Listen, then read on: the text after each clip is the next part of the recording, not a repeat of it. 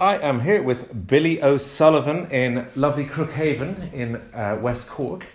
And Billy has lived here for 83 years. 83 years. Were you born here? Born in the pub. Born in the pub, okay. Middle window there upstairs. Was there a midwife involved? Probably, yeah. I think we were 7 and 6 were born at home, so there would be, yeah. Yeah, okay, right. As was the way then, because there was no hospital or anything, you know. Okay, and so that brings us back to what year then? 1937. 1937, and Crookhaven. I'm halfway through. There's 3 older and 3 younger.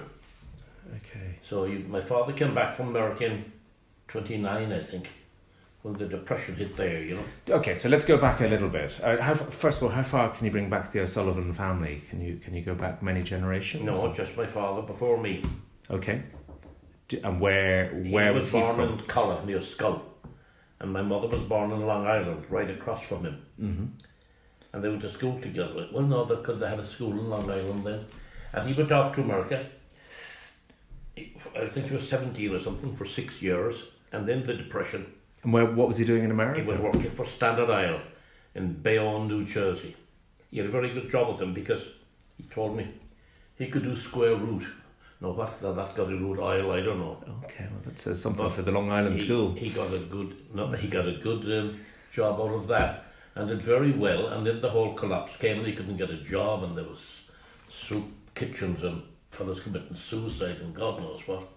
And a pile of people came back to Europe then, like scores that I know from the parish. And he bought the pub. And 26 acres for £630, which was a good lot then. A lot.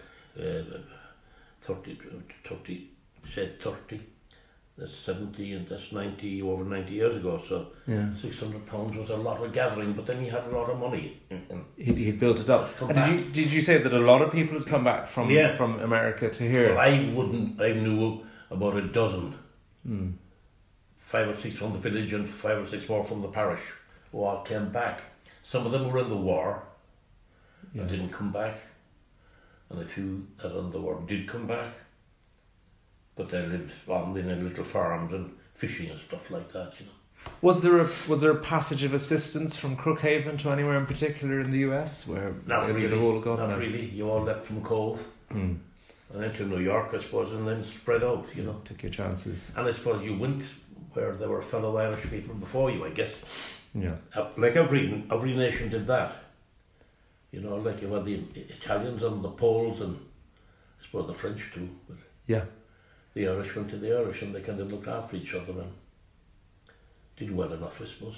They sure did. And so then he comes back and says, I'm going to run a pub. Just a pub, or was it a No, he shop? had a fishing boat as well. That's where the main income was. During the war, England were very badly off for food.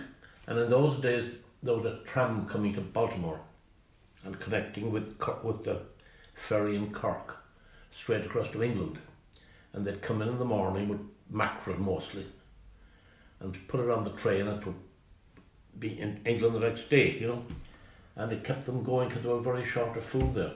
And then when the mackerel season was over, he did whitefish, like anything you get in a trawl. There were small little boats, but there was a lot of fish around then, you know.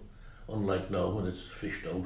What do you think? What in comparison, when you see the waters now, do you think that the fish population has declined by half, a third, or more? By more than that. More. Well, like I spent one season fishing myself in another boat, and crayfish were climbing up. Literally, there were thousands of them. You know, there isn't one at all now. Well, I was going to say, because I watched the film on Irish Village, in which they talked about the crayfish being one of the biggest, things, commodities fantastic. Going and here. They were a way better value. They were dearer too than the lobster. The lobster has a big claw, two big claws. Well, the crayfish hasn't. And the crayfish has way more fish, or meat, whatever you call it. But they're gone. They're fished out completely. There's a red boat there now, you might see her up and down there. She's fishing crayfish with nets. Because we always fish lobster pots, kind of barrel pots we call them, shaped like a barrel with a little neck on top, and the crayfish and the lobsters too. But they were mad. And then I remember there were loads of crabs as well, but no market for them. and we didn't want bloody crabs because we were eating the bait. So you'd be standing at the gunwale and the pot would come up and you bring it in and start them to eat and smash the crabs on the... Okay, yeah. Out they'd go off. Okay, so the crabs everywhere. Yeah. Yeah. And oh, thank God there's still a few crabs. You can still get crab sandwiches in the pub. I had a very fine... But they're very scarce too. Sandwich. Because we have a couple of pots, Malcolm, my crewman, and myself, and we get crabs, but nothing like we got before, you know. But I'm surprised this year because fishing is way down because of the corona, you know. Yeah. No fish restaurants are open, not many, and there's no export for fish, and there's a lot of things. So we thought the place would be full of fish, but it's the worst year we've ever had. Oh no. Yeah, there was a chap came in there to loves a big pollock for the chowder, you know. Yeah. And there was a Bantry lad there, he had one of those ribs, and he was at the fastest there a couple of weeks ago, and he got 2 or 3 big pollock, which he didn't want, so he gave them to Dur. So we went out, what day is today? Saturday. We went out Thursday to the fastest, 4 of us, 2 rods and 2 handlines, and we got a bucket full of fish, and we went all round it and searching for these big pollock, you know. I genuinely thought going out there we'd get a load of fish. Yeah. No, I can't understand it. And then we go up to the Mizzen, which is our next port of call, because the Facet is a long way out, you know. Yeah. It's nearly an hour steaming, which is 5 gallons of diesel and 5 gallons, you know. And if you're not catching anything, It doesn't add because up. we're only here for the fun, you know. Yeah. But the big pollock are handy for Dur.